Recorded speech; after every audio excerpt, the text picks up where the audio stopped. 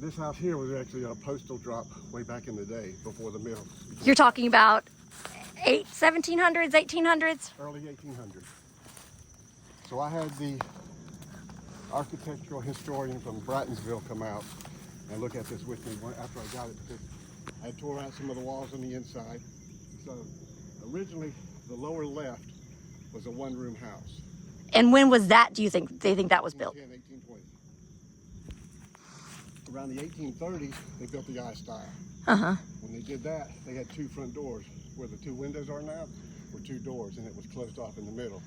So they lived on the right side, had the store here, had dry storage on the top left, I'm assuming because there was no fireplace access on the top left, and they put borders on the top right.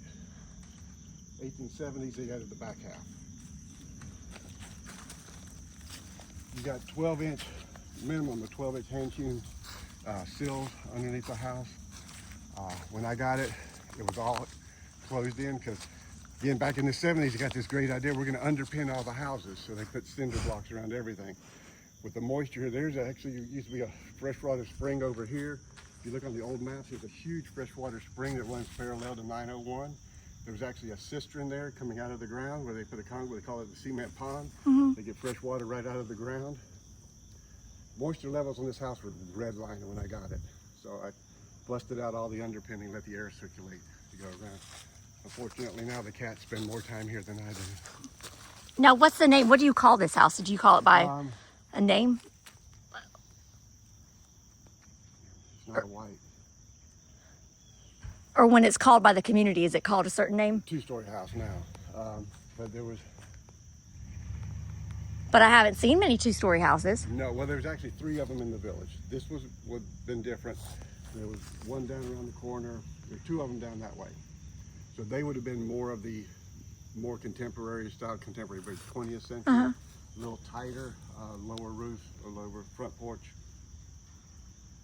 But yeah, this is, again, definitely this lower house is one of the oldest structures around.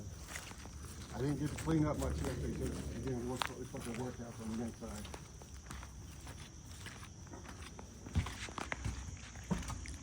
And again, the bugs and the animals spend more time here than I do.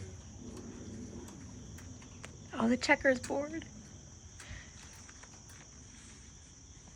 And luckily I got, friends in the neighborhood who watch over it. Oh, for me. yes. And other than last Halloween somebody decided to come out and take my horseshoes and throw them through the windows. They busted out this right here, busted my lock off, busted out the window over there.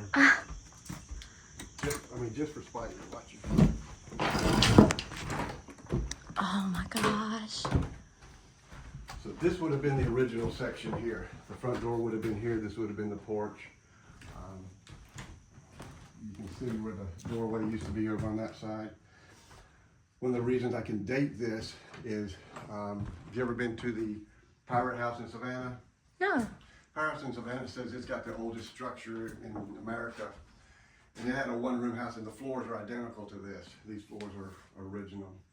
They had sheetrocked everything. They had lowered the ceiling. I took it all out, exposing that nice crown molding. I think that mantle is original. They busted out my window here. I haven't quite got that one back in yet. Busted up my guitars. Of all the places a horseshoe to land while I was in there. So these are my projects. I got a player piano. I want to eventually get it fixed up. Got this one here, which was mine I learned on. I need to get rid of it because I can feel the floors going down. Oh my gosh. Now, were most of these items in the house? No, it was completely empty. Yeah, completely empty when I got it. Well, other than the trash they left. And that coloring on the wall, was that when you moved?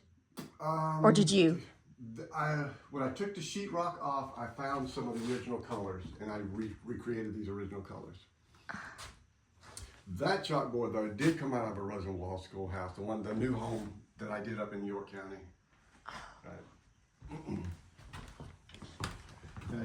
My buddy yelled at me. They didn't cover that one up. They covered all these other up with the 1970s hardwood floor, but I took it back to give the original flooring. Yeah. I figured this is my alarm system, which scares everybody. Yes. But you figure after all the years of people coming down the steps, they cracked the boards. It's well lived in. That's what makes it special.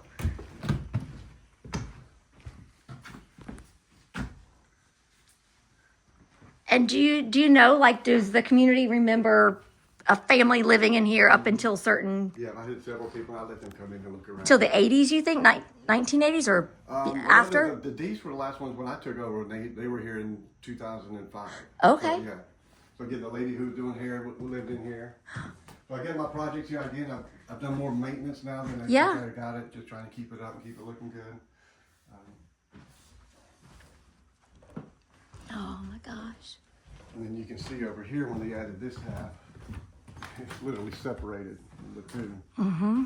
Because you wouldn't have had a kitchen 200 years ago in a house. No, everything had been outside. So, and then what I did is I got rid of all the water. Anywhere there was water, there was termites. Luckily, I was doing pest control at the time, so I got rid of all those. Again, exposing the original floors. And then I added the bathroom on the back side. They actually had the bathroom off of this corner. But this was still a area, right? Correct, yes. What would have this been before? A bedroom or again, there was two doors here. There was a door here and a door over there and another window.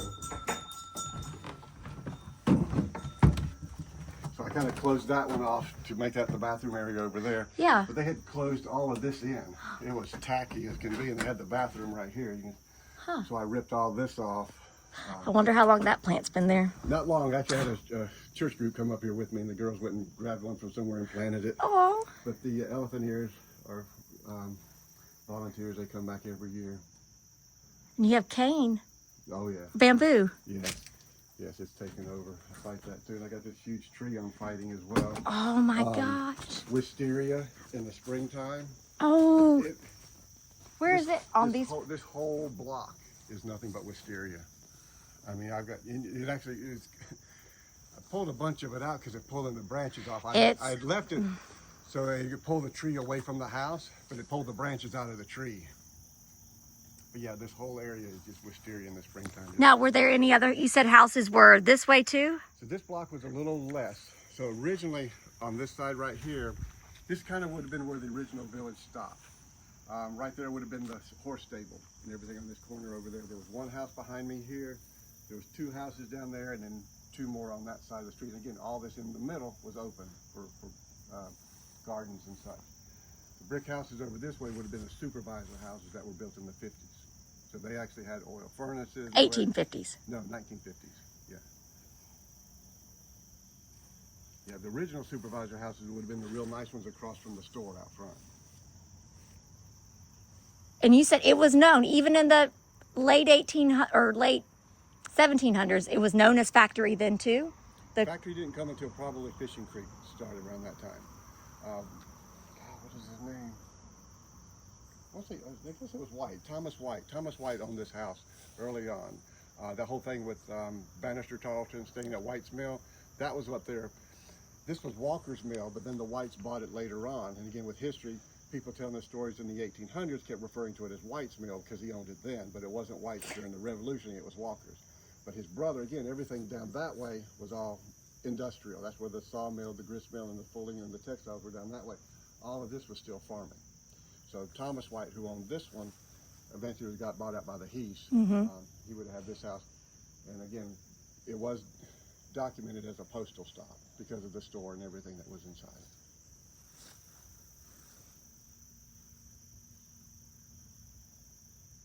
Oh my gosh.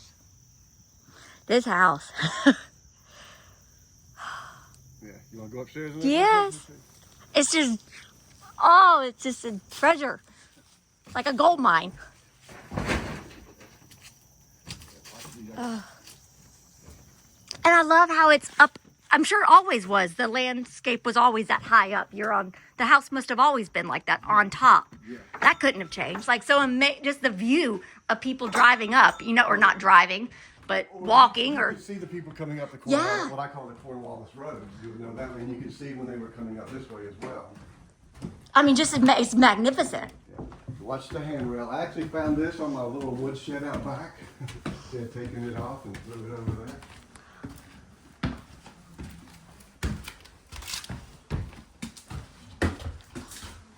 So this is the trash. And is this original? Because I've seen a lot of houses, how it's so low. That's normal. Why would they do it that way? For getting furniture and stuff in and out.